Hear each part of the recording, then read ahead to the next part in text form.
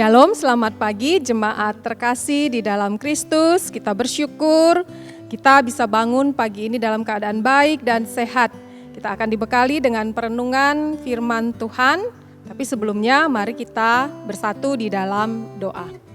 Bapa kami yang di surga, kami mengucap syukur ya Tuhan untuk pagi yang baik yang Tuhan berikan kepada kami. Kami bisa bangun dalam keadaan sehat. Dan Tuhanlah kiranya yang terus memimpin aktivitas kami sepanjang hari ini. Kami akan dibekali dengan perenungan firman Tuhan. Biarlah Tuhan hati kami senantiasa datang merendahkan diri di hadapan Tuhan, mencari Tuhan, mendekat kepada Tuhan dan mau mengikuti apa yang Tuhan perintahkan untuk kami kerjakan dalam hidup kami. Pimpinlah kami ya Tuhan dalam perenungan ini, di dalam nama Tuhan Yesus kami berdoa, kami mengucap syukur. Amin.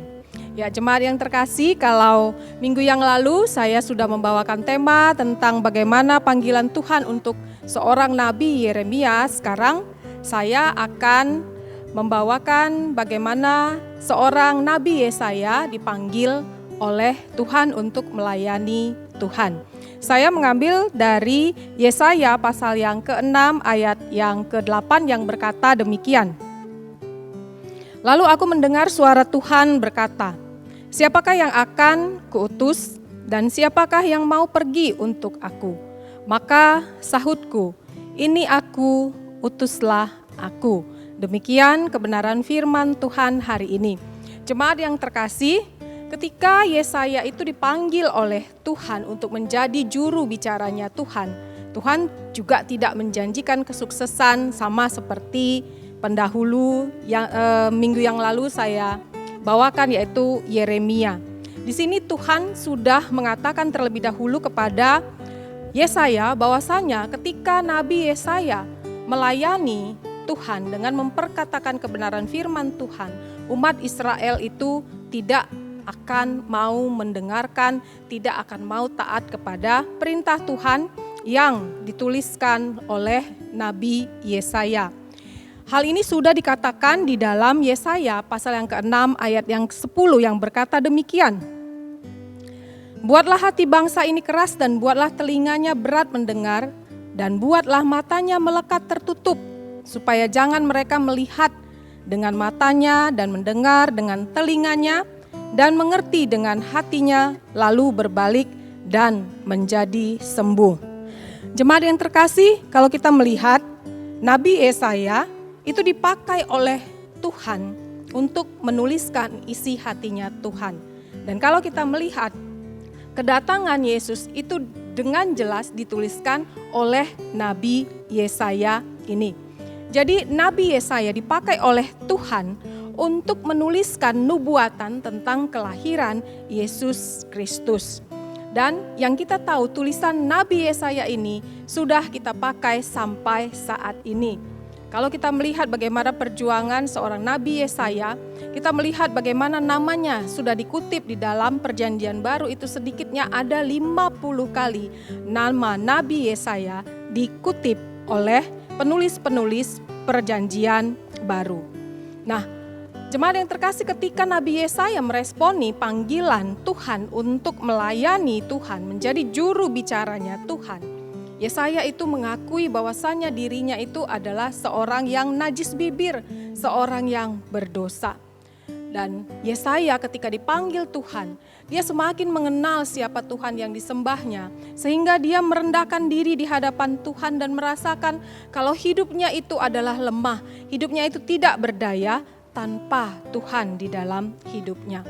Dan kalau kita melihat bagaimana panggilan Tuhan terhadap Nabi Yesaya ini, selama sekitar 60 tahun secara efektif, Nabi Yesaya memperkatakan kebenaran firman Tuhan, mengajak bangsa Israel untuk bertobat, untuk berbalik kepada jalan Tuhan.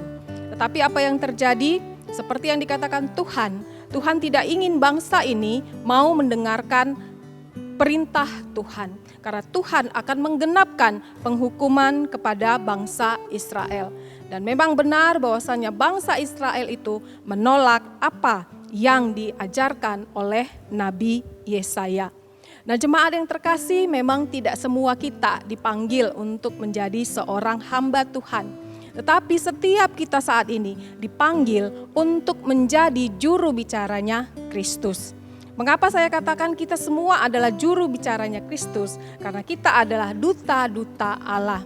Dan hidup kita diminta oleh Tuhan untuk memancarkan Kristus dalam kehidupan kita. Kristus yang sudah dinubuatkan oleh Nabi Yesaya itu menjadi satu pegangan untuk kita bisa memancarkan pengajaran Kristus itu dalam kehidupan kita sehari-hari. Seperti 2 Korintus 3 ayat 3 yang berkata demikian. Karena telah ternyata bahwa kamu adalah surat Kristus yang ditulis oleh pelayanan kami, ditulis bukan dengan tinta tetapi dengan Roh dari Allah yang hidup, bukan pada loh-loh batu, melainkan pada loh-loh daging, yaitu di dalam hati manusia. Apa yang sudah Tuhan firmankan, apa yang sudah Tuhan titipkan melalui para nabi, itu seharusnya ada di dalam hati kita. Hidup kita harus memancarkan firman Tuhan, harus memancarkan kebenaran firman Tuhan. Hidup kita sebagai orang yang percaya, dipanggil Tuhan, diutus oleh Tuhan setiap harinya untuk menjadi surat yang terbuka, yaitu surat Kristus, di mana setiap orang akan melihatnya.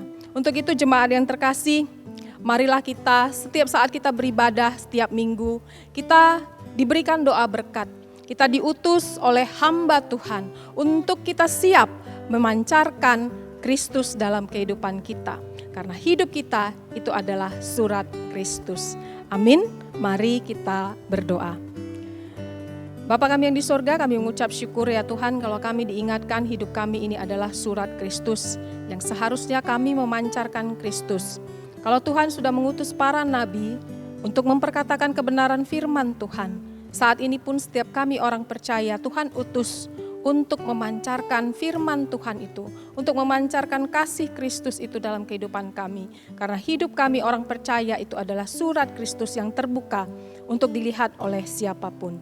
Pimpinlah jemaat Tuhan sepanjang hari ini dalam segala aktivitas usaha dan pekerjaan, dan relasi kami baik dengan Tuhan, dengan sesama, biarlah Tuhan yang senantiasa menjadi landasan untuk kami boleh bertindak dan berpikir. Terima kasih ya Bapa. Inilah doa kami, pengharapan kami yang kami naikkan hanya di dalam Yesus Kristus Tuhan kami. Amin. Selamat beraktivitas untuk hari ini. Tuhan Yesus memberkati.